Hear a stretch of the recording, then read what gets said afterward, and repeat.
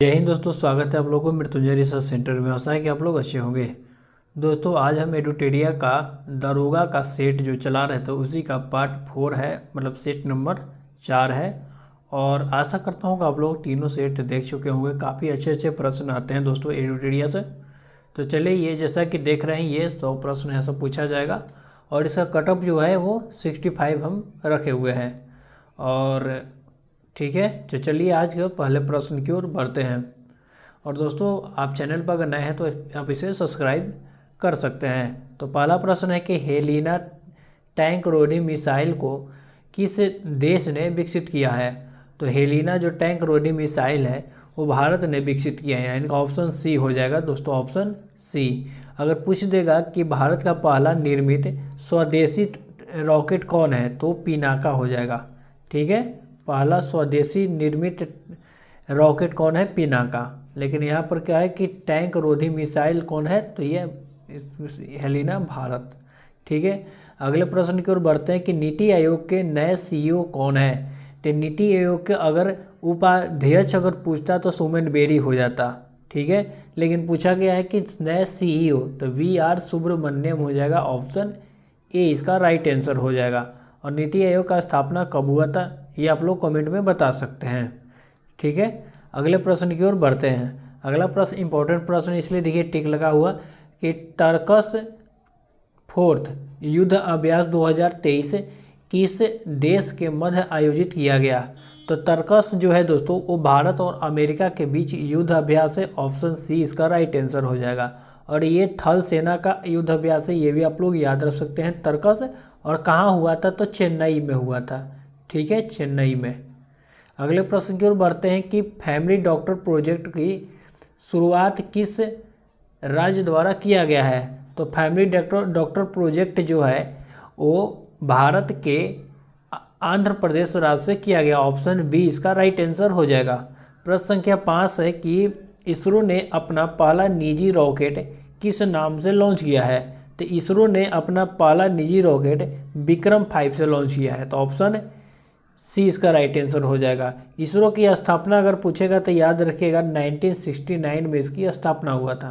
ठीक है, प्रश्न संख्या 6 है कि भारत के 80वें ग्रैंड मास्टर कौन हैं, कौन बने हैं। ठीक है, तो 80वें ग्रैंड मास्टर कौन बने हैं, तो बिगेश NR हो जाएगा, ऑप्शन डी इसका राइट आंसर हो जाएगा। प्रश्न संख्या 7 है कि अर्जुन पुरस्कार 2022 हेतु कुल कितने खिलाड़ी का चयन किया गया है। तो 2022 में अर्जुन पुरस्कार के लिए कुल 25 खिलाड़ियों का चयन किया गया था। और पूछा जाएगा कि अर्जुन पुरस्कार में कुल कितने राशि मिलती है। तो याद रखिएगा अर्जुन पुरस्कार में कुल 15 लाख रुपए मिलता है, ये भी आप लोग याद रख सकते हैं। और यही अगर मेजर ध्यानचंद पुरस्कार में कितने लाख मिलता है तो उसमें 25 लाख मिलता है। ठीक है, तो दोनों में आप लोग अंतर देख सकते हैं। 8वां नंबर प्रश्न है कि पद्म भूषण 2023 से सम्मानित श्री कमलेश डी पाटिल का संबंध किस क्षेत्र से है। तो श्री कमलेश डी पाटिल का जो संबंध है वो आपका हो जाएगा अध्यात्मकवाद, यानी कि ऑप्शन बी इसका राइट आंसर हो जाएगा। 9 नंबर प्रश्न देखते हैं कि 5वां खेलो इंडिया यूथ गेम्स का शुभारंभ शुभंकर है, तो उसका शुभंकर आशा था। और इसका जो अगर पूछ देगा दोस्तों कि इसका थीम क्या था, तो हिंदुस्तान की दिल धड़का दो, यही इसका थीम था। ठीक है, हिंदुस्तान का दिल धड़का दो। 10 नंबर प्रश्न रखते हैं कि तुम पहले क्यों नहीं आए, पुस्तक है तुम पहले क्यों नहीं आए के लेखक कौन है। तो तुम पहले क्यों नहीं आए का लेखक हो जाएगा कैलाश सत्यार्थी, ऑप्शन बी इसका राइट आंसर हो जाएगा। प्रश्न संख्या 11 है कि नए संसद भवन का डिजाइन, देखिए दोस्तों डिजाइन पूछा गया किस कंपनी ने तैयार किया है। तो डिजाइन HCP प्रोजेक्ट ने किया है, ऑप्शन बी हो जाएगा। और इसके साथ एक प्लानिंग कंपनी भी था, प्लानिंग कंपनी। ठीक है, तो आप लोग उसको भी याद रख सकते हैं। और पूछा जाए कि इसका निर्माण कौन किया है, तो उसमें टाटा प्रोजेक्ट हो जाता है, निर्माण में टाटा प्रोजेक्ट किया है। ठीक है, प्रश्न संख्या अगला बढ़ते हैं दोस्तों। और 12 नंबर प्रश्न आ गया कि सभी गांवों में ऑप्टिकल फाइबर बिछाने का लक्ष्य कब तक रखा गया है। तो सभी गांवों में जो ऑप्टिकल फाइबर है वो 2025 तक बिछाने का लक्ष्य रखा गया है। ठीक है, तो ऑप्शन सी इसका राइट आंसर हो जाएगा। 2023 का एक क्या है दोस्तों लक्ष्य कि सेवा क्षेत्र में $1 ट्रिलियन का अर्थव्यवस्था करना सेवा क्षेत्र में, वो 2030 तक ले। प्रश्न संख्या 13 है कि सियोल शांति पुरस्कार किसे सम्मानित किया गया है। तो सबसे पहले जाने कि सियोल शांति पुरस्कार क्या है। ठीक है, तो देखिए दोस्तों, ये तो आंसर इसका हो जाएगा, आपको बता देते हैं कि टिम बर्नर्स ली, और ये पूछा गया इसलिए कि 2018 में पीएम नरेंद्र मोदी जी को भी मिला है। ठीक है, तो आप इसको भी ध्यान रखिए। और सियोल जो है शांति पुरस्कार जो है वो दक्षिण कोरिया से मिलने वाला शांति का पुरस्कार है। ठीक है, तो आप लोग दक्षिण कोरिया से, तो ध्यान रखिएगा इस सब बातों को। प्रश्न संख्या 14 है कि एशिया का सबसे बड़ा ट्यूलिप गार्डन का निर्माण कहाँ किया जा रहा है।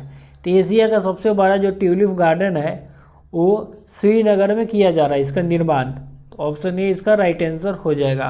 प्रश्न संख्या 15 है कि जुआरी ब्रिज जो हाल के दिनों में चर्चा में रहा है का संबंध है। तो जुआरी ब्रिज कहाँ पर है। तो जुआरी ब्रिज जो है जो हाल फिलहाल में चर्चा में रहा वो गोवा में है। ऑप्शन ए इसका राइट आंसर हो जाएगा। और 640 मीटर लंबा ये पुल है, ये भी आप लोग याद रख सकते हैं, 8 लेन का पुल है। प्रश्न संख्या 16 है कि किस आईआईटी ने वाटन Q5 रीइमेजिंग एजुकेशन अवार्ड जीता है। तो इसका राइट आंसर की बात किया जाए तो आईआईटी मद्रास हो जाएगा।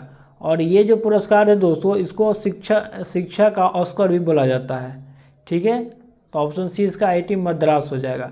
प्रश्न संख्या 17 है कि रक्षा मंत्रालय ने किसके साथ डोर्नियर विमान खरीदने हेतु समझौता किया है। तो रक्षा मंत्रालय ने हाल ही में डोर्नियर जो विमान खरीदने हेतु समझौता किया है वो HAL के साथ किया गया है। और ये कितना का समझौता हो जाएगा दोस्तों, 667 करोड़ का हो जाएगा, 667 करोड़ का। ठीक है, और ये भी याद रखिए कितने खरीदेगा, तो 6 डोर्नियर विमान खरीदने का, 6 गो। ठीक है, कुल 6 खरीदने का समझौता हुआ है। अब यहाँ बता दीजिए दोस्तों कि HAL का स्थापना कब हुआ था। तो HAL का स्थापना जो हुआ था 1940 में हुआ था।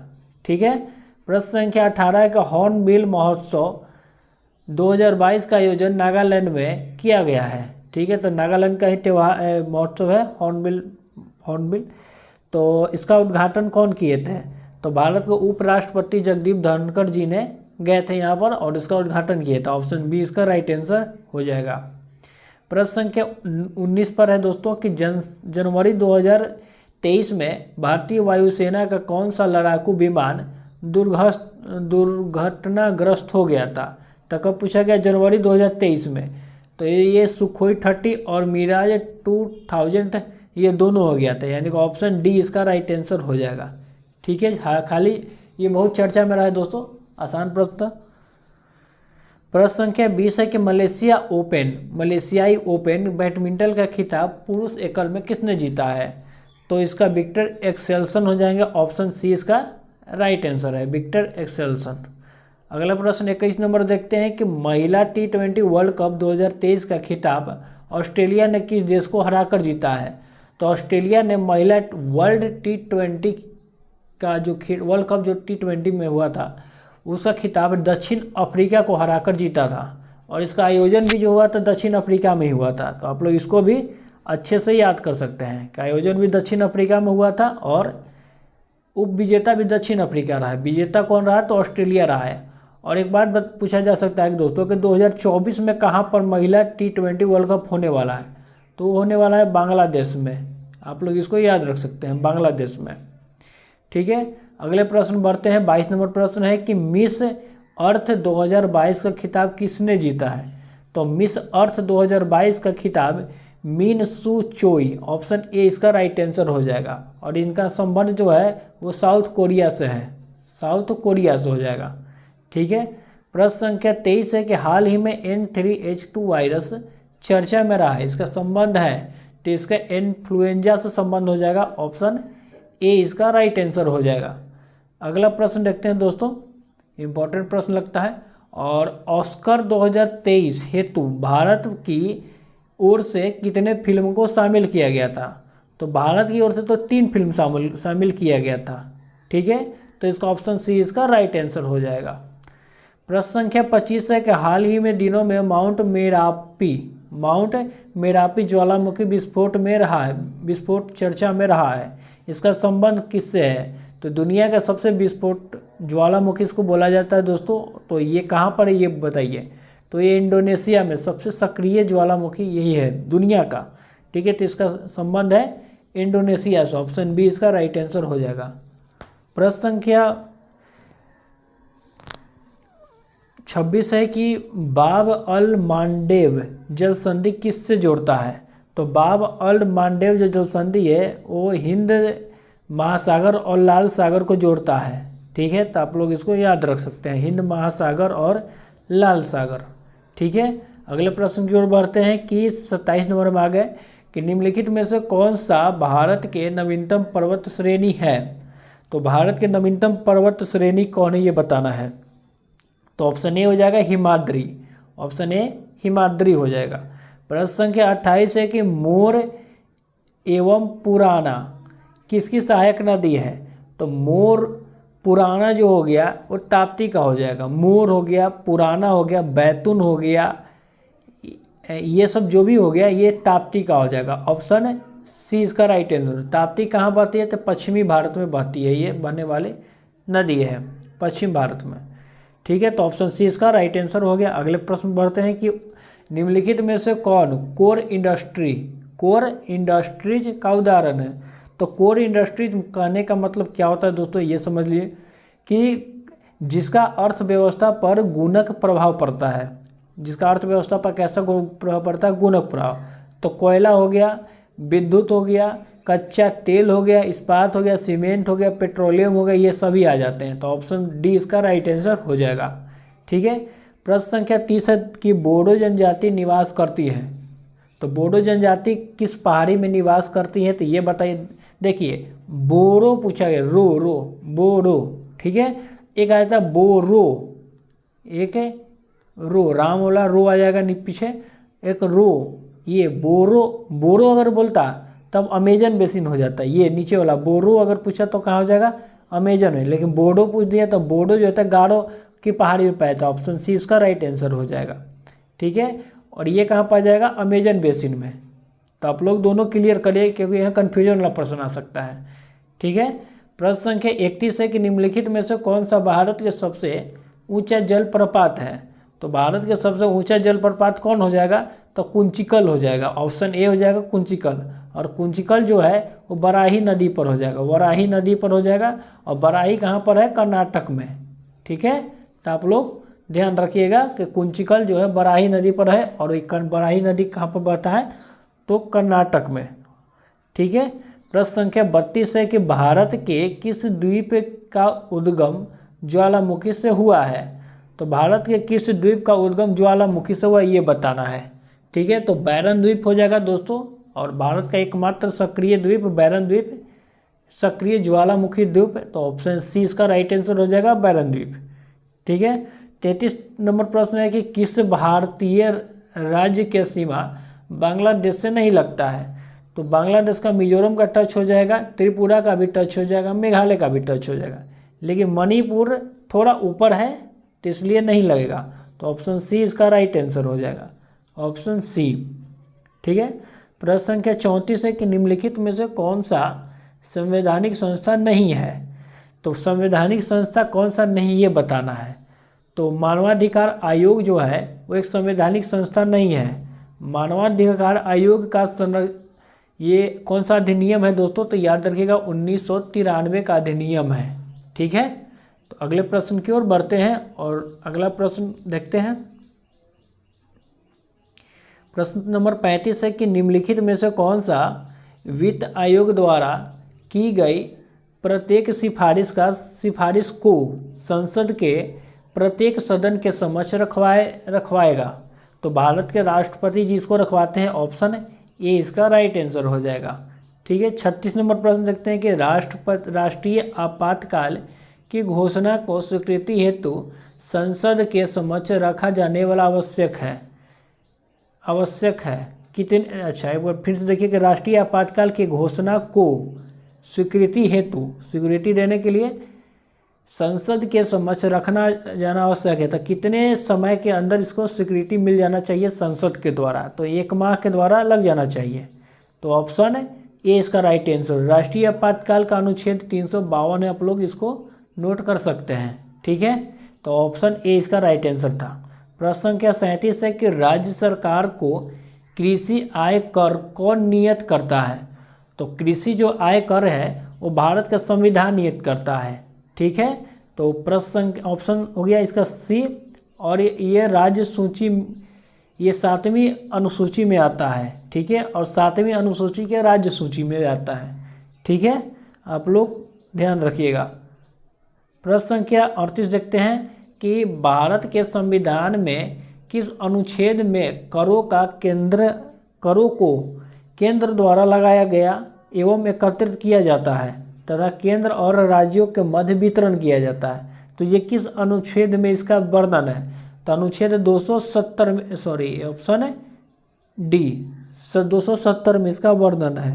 ठीक है, अगले प्रश्न की ओर बढ़ते हैं। 39 नंबर प्रश्न है कि केंद्र और राज्य संबंधों से संबंधित सरकारी आयोग अपना प्रतिवेदन किस वर्ष प्रस्तुत किया था?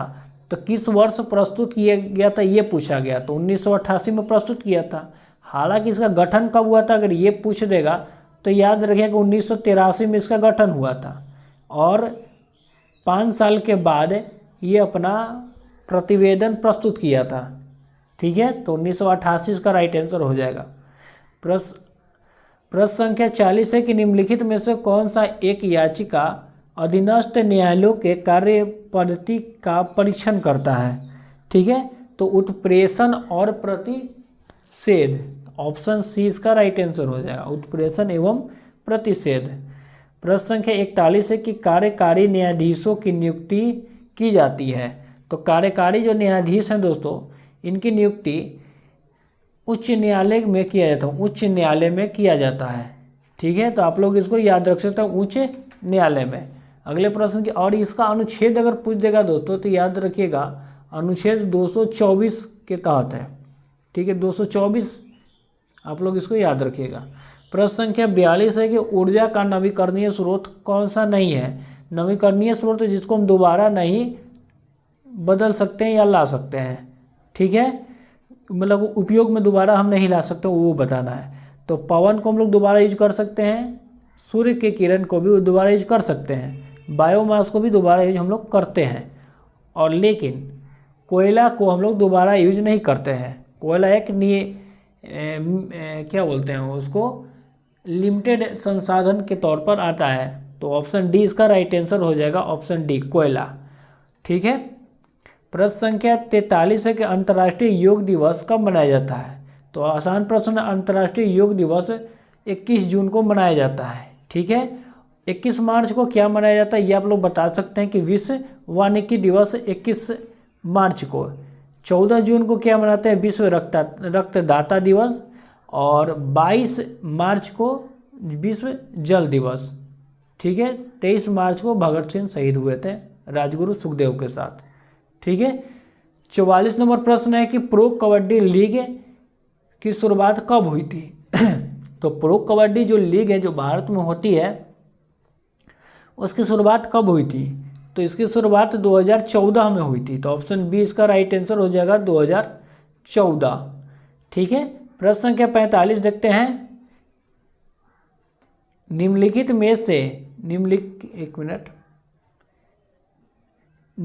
में से वायुमंडल किसकी सघनता में वृद्धि से अधिक ग्लोबल वार्मिंग हो सकती है? तो जब कार्बन डाइऑक्साइड की मात्रा बढ़ेगी दोस्तों तो वैसे ग्लोबल वार्मिंग की समस्या भी बढ़ती जाती है। तो कार्बन डाइऑक्साइड इसका राइट आंसर हो जाएगा ऑप्शन सी। ठीक है, ऑप्शन सी। प्रश्न संख्या 46 देखते हैं कि क्ले कोर्ट और हार्ड कोर्ट किस खेल से संबंधित है? तो क्ले कोर्ट, हार्ड कोर्ट जो खेल से संबंधित है वो लॉन टेनिस हो जाएगा। ऑप्शन ए इसका राइट आंसर हो जाएगा, लॉन टेनिस। प्रश्न संख्या 47 देखते हैं कि भारत में शेयर बाजार के लिए मुख्य नियंत्रण का कार्य कौन करता है?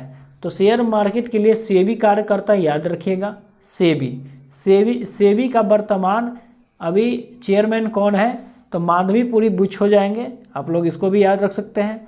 और सेबी का स्थापना कब हुआ था, तो 12 अप्रैल, इसको 12 अप्रैल ही हो जाएगा दोस्तों, और 1988 को, ठीक है, 12 अप्रैल 1988 को, और मान्यता 1992 में मिला था। तो दोनों आप लोग नोट कर सकते हैं, ठीक है। अगले प्रश्न की ओर बढ़ते हैं कि CBFC का पूर्ण रूप क्या है, तो CBFC यानी कि central board of film certification, तो ऑप्शन इसका बात करें तो ए हो जाएगा, ठीक है। ऐसे प्रश्न को आप लोग इंग्लिश वाले जो आता है प्रश्न उसको भी आप लोग देख सकते हैं, क्योंकि यहाँ पर हिंदी में थोड़ा गड़बड़ हो जाता है, ठीक है। ऑप्शन ए इसका इससे राइट आंसर हो जाएगा। प्रश्न संख्या 49 है कि निम्नलिखित में से किसने ग्रामीण गरीबों उन्मूलन के लिए पूरा मॉडल अपनाने की वकालत की थी, तो डॉक्टर APJ अब्दुल कलाम जी ने इसको अपनाने की वकालत की थी, तो ऑप्शन ए इसका राइट आंसर हो जाएगा, ऑप्शन ए। अगले प्रश्न की ओर बढ़ते हैं। प्रश्न संख्या 50 है कि कौन सा गलत है, देश और राजधानी के बारे में बताना कौन सा गलत है। तो बात करें कि कौन सा गलत है, तो ऑप्शन डी हो जाएगा, ठीक है, ये गलत है, बाकी सब सही है, ठीक है। आप लोग इसको स्क्रीनशॉट ले भी सकते हैं, इंपॉर्टेंट प्रश्न में आ जाता है, ठीक है। गैबॉन का गलत हो जाए, गैबॉन का क्या है आप लोग कमेंट में बताइए, ठीक है। और नहीं आता तो इसको सर्च करके बता सकते, क्योंकि गैबॉन आजकल हाल फिलहाल में चर्चे में रहा है, ठीक है। भारत के किस राज्य में मोत्सु महोत्सव मनाया जाता है, तो मोत्सु महोत्सव और प्लस में हॉर्नबिल फेस्टिवल भी मनाया जाता है, तो आप लोग समझ गए होंगे कहाँ पर, तो नागालैंड में, ऑप्शन बी इसका राइट आंसर हो जाएगा। प्रश्न संख्या 52 है कि चोल साम्राज्य का सर्वाधिक विस्तार किस शासक के समय में हुआ था, तो राजेंद्र प्रथम के समय में हुआ था दोस्तों, ऑप्शन बी हो जाएगा।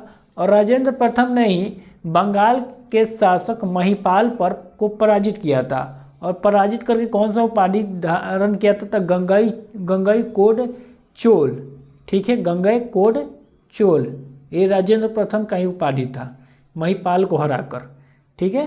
प्रश्न संख्या 53 है कि किस राष्ट्रकूट शासक ने एलोरा के पर्वतों को काटकर प्रसिद्ध कैलाश मंदिर का निर्माण किया है, तो ये हो जाएंगे कृष्ण प्रथम, ऑप्शन बी इसका राइट आंसर हो जाएगा। और एलोरा में कुल 34 गुफाएं हैं दोस्तों, ये भी याद रखिएगा। 1 से जो 12 है वो बौद्ध धर्म के लिए है, 1 से 12 किन के लिए है, बौद्ध धर्म के लिए। 13 से लेकर जो 29 है वो हिंदू के लिए है, 13 से 29 हिंदू के लिए है, और 30 से जो 34 है ये जैनों के लिए है, तो आप लोग तीनों याद रख सकते हैं, ठीक है। अगले प्रश्न की ओर बढ़ते हैं। 54 नंबर प्रश्न है कि निम्नलिखित में से कौन सा वैदिक साहित्य नहीं है, तो इनमें से कौन सा वैदिक साहित्य नहीं है, तो पुराण जो है वो वैदिक साहित्य नहीं है।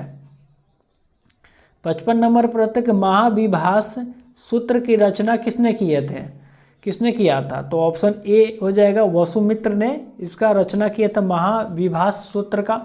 और वसुमित्र जो है चौथे बौद्ध संगति जो कनिष्क के काल में हो रहा था कुंडनवर कश्मीर में, उसका ये अध्यक्ष थे, ठीक है। प्रश्न संख्या 56 देखते हैं कि गुजरात के अंतिम हिंदू शासक कौन था जो अलाउद्दीन खिलजी की सेना का मुकाबला किया था, तो अंतिम हिंदू शासक कौन था, तो कर्ण द्वितीय हो जाएगा, ऑप्शन सी इसका राइट आंसर हो जाएगा, कर्ण द्वितीय। अगले प्रश्न की ओर बढ़ते हैं दोस्तों कि दिल्ली सल्तनत के समय पेंशन विभाग को क्या होता है, पेंशन विभाग पूछ रहा है दोस्तों, तो दीवाने इश्तियाक जो था वो पेंशन विभाग था। दीवाने मुक्त राज पूछा जाएगा तो याद रखिए कि ये वित्त विभाग था, मुक्त राज वित्त विभाग था। दीवाने बंदगान जो था ये दासों के लिए था, दीवाने बंदगान दासों के लिए, और दीवाने अर्ज जो था वो सैन्य विभाग के लिए था। तो आप लोग यहाँ से चारों ऑप्शन क्लियर हो चुका होगा, ठीक है। अगले प्रश्न की ओर बढ़ते हैं, चारों इंपॉर्टेंट था इसलिए क्लियर कर दिए। बहमनी साम्राज्य का संस्थापक कौन था, तो बहमनी साम्राज्य का कौन सा संस्थापक था ये बताना है, तो अलाउद्दीन हसन शाह हो जाएगा। हालांकि इसका वास्तविक नाम जो है वो हसन गुंग ये भी है दोस्तों, ठीक है। तो ऑप्शन डी ऐसे इसका राइट आंसर हो जाएगा। अगले प्रश्न की ओर बढ़ते हैं।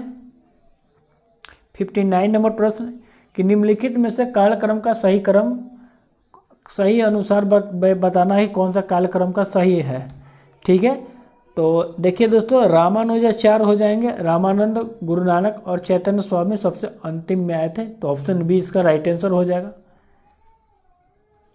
ठीक है, प्रश्न संख्या 60 हो जाएगा कि जहांगीर के समय प्रमुख चित्रकारी के विषय में कौन सा कथन सत्य है।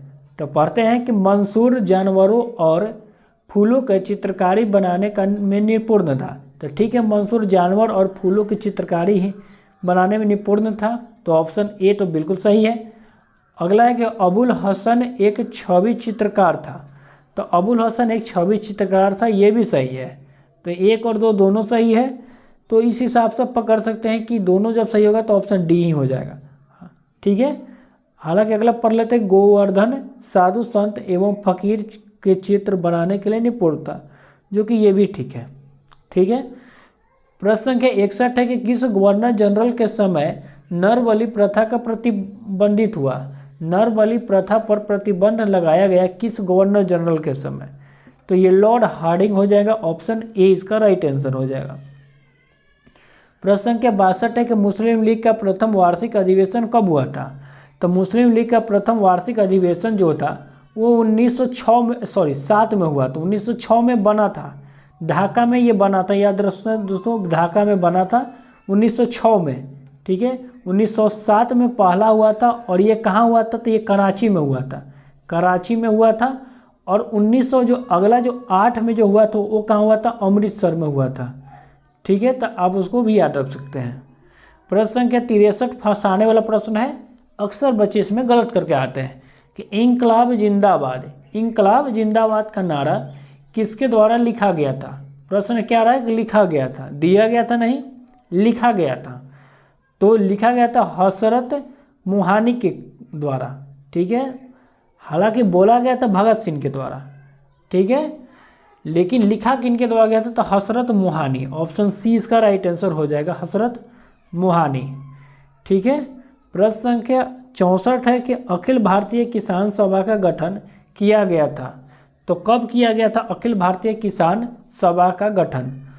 तो 1936 में किया गया था, और इसका जो अध्यक्ष थे स्वामी सहजानंद सरस्वती थे। तो आप इसको भी आप लोग याद कर सकते हैं। प्रश्न संख्या 65 है कि निम्नलिखित में से किस भारतीय नेता ने खिलाफत आंदोलन का समर्थन नहीं किया था। तो मदन मोहन मालवीय जो थे दोस्तों, वो खिलाफत आंदोलन का समर्थन नहीं किए थे। तो ऑप्शन बी हो जाएगा, मदन मोहन मालवीय। प्रश्न संख्या 66 है कि न्यूटन मीटर स्क्वायर प्रति केजी स्क्वायर निम्नलिखित में से किसका ऐसा इकाई है। तो ये गुरुत्वाकर्षण के सार्वभौमिक इकाई है। इसका वैल्यू अगर पूछ देगा दोस्तों कि गुरुत्वाकर्षण के सार्वभौमिक नियतांक जो है इसका वैल्यू कितना होता है, तो याद रखिएगा 6.67 गुना 10 के पावर -11। ठीक है, आप इसका वैल्यू भी याद रख सकते हैं। प्रश्न संख्या 67 है कि निम्नलिखित में से किस जोड़ा में हमेशा दिशा एक समान होता है। तो दिशा एक समान बताना दोस्तों, तो बल और त्वरण का हो जाएगा, ऑप्शन सी हो जाएगा। 68 नंबर प्रश्न देखते हैं कि निम्नलिखित में से कौन सा त्वरण का मान गुरुत्वाकर्षण के कारण प्रभावित नहीं होता है। तो द्रव्यमान जो है दोस्तों गुरुत्वाकर्षण के कारण प्रभावित नहीं होता है, चाहे वो पृथ्वी पर हो या चंद्रमा पर हो या किसी अन्य ग्रह पर या किसी अन्य स्थान पर हो, द्रव्यमान में चेंजिंग नहीं होता है। ठीक है, तो आप इसको नोट करके लिख सकते हैं कहीं पर, द्रव्यमान में कोई चेंजिंग नहीं होता है। 69 नंबर प्रश्न है कि निम्नलिखित परिस्थितियों में से किसमें कार्य नकारात्मक बल द्वारा किया गया है। तो नकारात्मक बल यानी कि जो उल्टा डायरेक्शन में विपरीत दिशा में जो बल लगता है दोस्तों, उसी का बात किया जा रहा है। तो ऑप्शन सी हो जाएगा, विपरीत दिशा वाला। ठीक है, प्रश्न संख्या 70 है कि गति का पहला समीकरण, गति का जो पहला समीकरण है वो किससे संबंधित है। तो गति का 3 गो है दोस्तों, याद रखिएगा गति के कितने हैं, 3 संबंध है। ठीक है, तो गति कितने संबंध है पहले जान लीजिए, 3 संबंध है। पहला है कि v = u + at, दूसरा कौन हो जाता है v² = u² + 2as, ये पहला हो गया, ये दूसरा हो गया। ठीक है, अब हम तीसरा बताते हैं। S is equal to U T plus half A T square. तो पूछा गया पहला, तो पहला हो जाएगा वेग और समय का, तो ऑप्शन डी इसका राइट आंसर हो जाएगा, वेग और समय। अगले प्रश्न की ओर बढ़ते 71 नंबर प्रश्न है कि निम्नलिखित में से कौन सा जोड़ा तुलनात्मक रूप से ऊष्मा का कुचालक है। ऊष्मा का कुचालक है, तो एलिमिनेशन करके आप इसको बना सकते हैं, हम एलिमिनेट करके इसको बनाए हैं दोस्तों। तो ऑप्शन बी इसका हो जाएगा पीबी और एचजी। ठीक है, प्रश्न संख्या 71 है कि 25 डिग्री सेल्सियस पर विभिन्न मानों में ध्वनि का चाल के बारे में निम्नलिखित में से कौन सा कथन सही है। ये फंसाने वाला प्रश्न है दोस्तों। ठीक है, अक्सर इसमें लोग ए और बी दोनों करके आते हैं, लेकिन ये नहीं हो सकता। जल में ध्वनि का चाल 1531 मीटर प्रति सेकंड, जो कि बिल्कुल सही है। और हवा में ध्वनि की चाल 346 नहीं है दोस्तों, 343 मीटर प्रति सेकंड है, 343 मीटर प्रति सेकंड। प्रश्न संख्या 73 है कि रेत और चीनी का मिश्रण कौन सा उदाहरण है मिश्रण का। तो ये विजातीय मिश्रण है दोस्तों, ऑप्शन डी इसका राइट आंसर हो जाएगा, विजातीय मिश्रण। 74 नंबर प्रश्न है कि कार्बन डाइऑक्साइड एक मोल में होता है, कार्बन डाइऑक्साइड के एक मोल में होता है, तो कार्बन डाइऑक्साइड के 6.022 गुना 10 के पावर 23 अणु हो जाएगा, 23 अणु, यानी कि ऑप्शन बी इसका राइट आंसर हो गया। 75 नंबर प्रश्न है कि विलय और विलायक के समग्र मिश्रण को क्या कहते हैं। तो आसान प्रश्न है, विलयन कहते हैं, ऑप्शन डी इसका राइट आंसर हो जाएगा। प्रश्न संख्या 76 भी बहुत इजी प्रश्न है कि किसी परमाणु के कक्ष में समायोजित किए जा सकने वाला इलेक्ट्रॉनों की अधिकतम संख्या किस सूत्र द्वारा दर्शाया जाता है। 2n² के द्वारा, और ये बोरबरी ने इसको दिया था, ये भी आप लोग याद सकते हैं, बोरबरी का ही है। ठीक है, अगले प्रश्न की ओर बढ़ते हैं। अगला प्रश्न है कि प्रोटियम में कितने न्यूट्रॉन मौजूद होते हैं। तो प्रोटियम जो है दोस्तों, इसमें हाइड्रोजन के समस्थानिक है दोस्तों, लेकिन इसमें 0 न्यूट्रॉन उपस्थित होते हैं, तो ऑप्शन ए इसका राइट आंसर हो जाएगा। ठीक है, प्रश्न संख्या 78 है कि निम्नलिखित में से किस नियम के अनुसार स्थिर ताप, पहले ध्यान देखिए किस पर बोला, स्थिर ताप। ठीक है, गैस का आयतन दाब के व्युत्क्रमानुपाती होता है, तो आयतन दाब के व्युत्क्रमानुपाती होता है, तो यानी कि अगर दाब बढ़ाएंगे तो आयतन कम होगा, और आयतन बढ़ाएंगे तो दाब कम होगा। ठीक है, तो ये बॉयल के अनुसार है दोस्तों, तो यानी कि ऑप्शन ए इसका राइट आंसर हो जाएगा। प्रश्न संख्या 79 देखते हैं कि कॉपर सल्फेट के जलीय विलयन का संबंध में कौन सा कथन सत्य है। तो ये कॉपर सल्फेट जो है दोस्तों, सबसे पहले तो ये बात जान लीजिए कि ये अम्ल है। आप लोग अब इसको कर सकते हैं, ये जान गए कि अम्ल है, तो ये क्या कर सकता है ये बताइए। तो ये नीले लिटमस को लाल कर सकता है, तो ऑप्शन ए हो जाएगा, अम्ल है, तो नीले को कैसा कर सकता है, लाल कर सकता है। प्रश्न संख्या 80 है दोस्तों, इसको आप लोग ध्यान से देखिए कि रसायन विज्ञान जॉन डोबेरिनर ने उत्प्रेरक के रूप में सबसे पहले किस तत्व का अवलोकन किया था। तो प्लेटिनियम का किया था दोस्तों, ऑप्शन डी इसका राइट आंसर हो जाएगा, प्लेटिनियम। प्रश्न संख्या 81 है कि निम्नलिखित में से कौन सा कवक डबल रोटी के निर्माण में होता है, प्रयोग में किया जाता है। तो डबल रोटी बनाने में किस कवक का प्रयोग करते हैं दोस्तों, ये बताना है। तो इसका राइट आंसर की बात किया जाए तो इसका राइट आंसर हो जाएगा सैक्रोमाइसेस। आप लोग इसको इंपॉर्टेंट प्रश्न में डाल सकते हैं, सैक्रोमाइसेस। ठीक है, प्रश्न संख्या 82 है कि प्रयोगशाला में प्रयोग होने वाला लिटमस पेपर किस लाइकेन से प्राप्त होता है। तो लाइकेन किस लिटमस पेपर से प्राप्त होता है, तो रोसेला नामक लाइकेन से, ऑप्शन डी हो जाएगा, रोसेला। ये काफ़ी प्रश्न पूछा गया है। निम्नलिखित में से कौन सा ऊतक का अंतरकोशीय क्षेत्र बड़ा होता है। कौन सा ऊतक का अंतरकोशीय क्षेत्र जो है वो बड़ा होता है, अंतरकोशीय बोला है दोस्तों। तो याद रखें ये पैरेन्काइमा में हो जाएगा, ऑप्शन डी, पैरेन्काइमा में। ठीक है, प्रश्न संख्या 84 है, निम्नलिखित में से कौन सा जीव अत्यल्प विकसित बच्चों को जन्म देता है। तो शायद सबको पता है कंगारू इसका राइट आंसर हो जाएगा। ठीक है। प्रश्न संख्या 85 है कि निम्नलिखित में से किस पशु में छोटे आंत सबसे छोटी आंत तो सबसे छोटी होती है। तो ये मांसाहारी जो जितने भी जानवर है दोस्तों, उनकी जो छोटी आंत होती है उनकी आंत सबसे छोटी होती है तुलनात्मक रूप से शाकाहारी के तौर पर देखा जाए तो ऑप्शन डी इसका राइट आंसर हो जाएगा। ठीक है, ऑप्शन डी। प्रश्न संख्या 86 है कि निम्नलिखित में से किसकी तुलना सैनिकों से की जाती है। तो आरबीसी का जो दोस्तों है, आरबीसी ये रोग प्रतिरोध से क्षमता करता है, इसलिए इसकी तुलना सैनिकों से की जाती है। ऑप्शन ए इसका राइट आंसर हो जाएगा। प्रश्न संख्या 87 है और इसको आप लोग मैच खुद से कर सकते हैं। हम बता देते हैं कि यूकोलिप्टस जो है वो अनावृतीय है।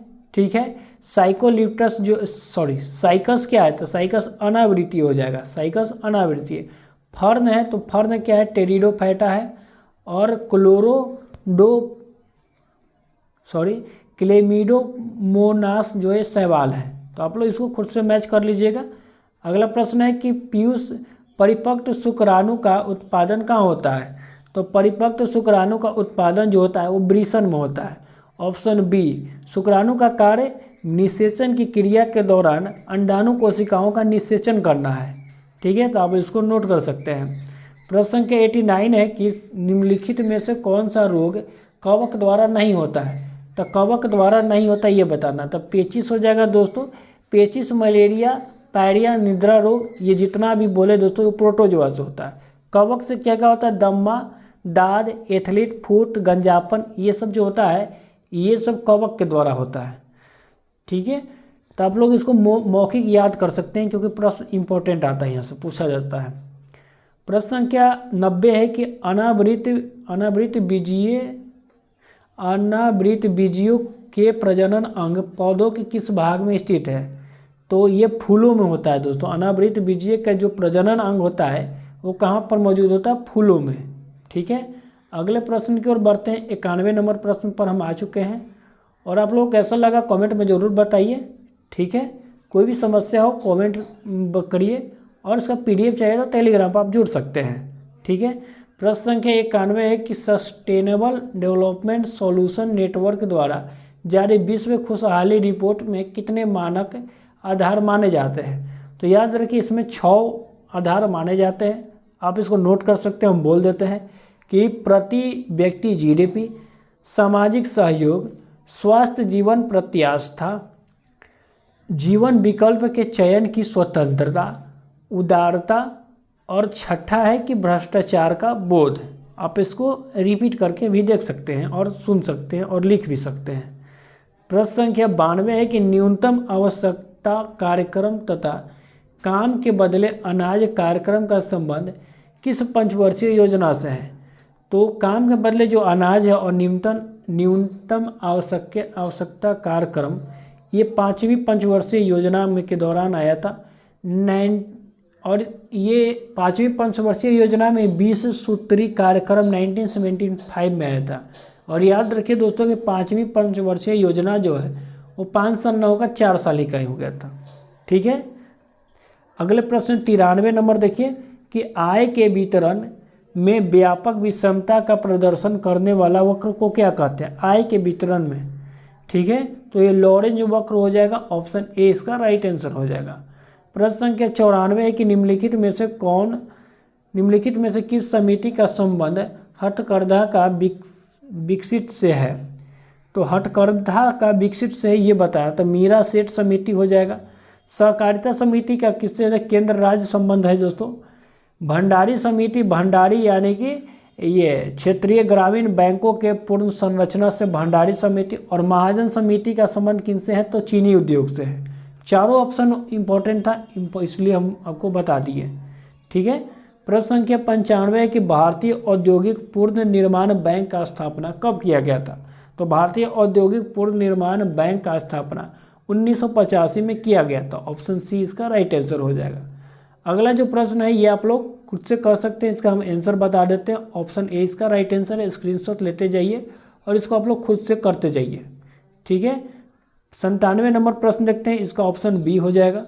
ठीक है, खुद से कीजिए दोस्तों, आसान प्रश्न है। नहीं आता है तो कमेंट कीजिए, टेलीग्राम पर हम इसका सॉल्यूशन जरूर डालेंगे। ठीक है, इसका ऑप्शन बी हो जाएगा।